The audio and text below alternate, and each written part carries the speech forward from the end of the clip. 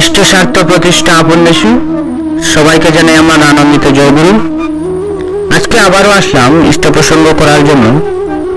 1430 খ্রিস্টাব্দের ফাল্গুন মাসের আলোচনায় বলা হয়েছে যে সাঁইথিয়া থেকে এক বৃদ্ধা মা এসে জানালেন, ছেলেমেয়েরা বাড়ির বাঘ চাইছি, বাড়িতে তিনি সস্তয়নী ব্রত পালন করতে পারছেন না, বাড়ির সকলে মাছ মাংস খেতে তাকে জোর করছে।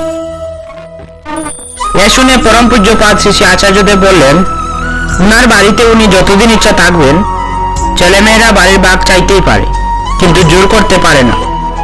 এটা উনাকে জোরের সাথে ছেলেমেয়েদেরকে বোঝাতে হবে। মাছ মাংস খাওয়া না খাওয়া নিয়ে অশান্তি, এটা আবার কিরকম জিনিস? আমার যেটা পছন্দ আমি সেটা খাবো, সেটা নিয়ে কারোর সাথে লড়াই করতেও যাব না, কারোর কাছে জাহির করতেও যাব না যে আমি নিরামিষ খাই।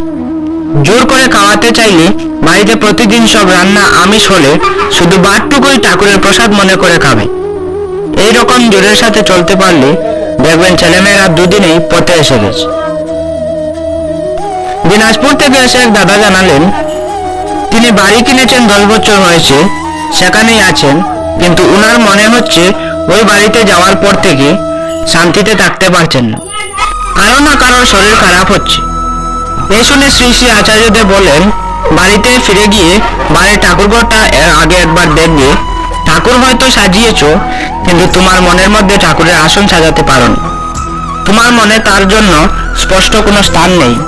যতক্ষণ বাড়ি ছিল না ততক্ষণ বাড়ির জন্য ঠাকুরের কাছে প্রার্থনা করেছো, আর যখন সেটা হয়ে গেল তখন তার জন্য তোমার বাড়িতে প্রবেশ হলো, তাকে তুমি ভুলে গেলে।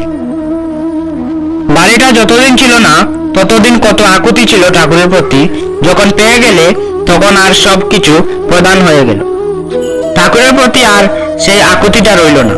তাহলে আকুতি হারানোটাই আসল সমস্যা, বাড়ির জন্য সমস্যা নয়। এই ছিল আজকের ইষ্ট প্রসঙ্গ। ভিডিওটি ভালো লাগলে চ্যানেলটি সাবস্ক্রাইব করে ভিডিওটিতে একটি লাইক করে রাখবেন। জয় গুরু।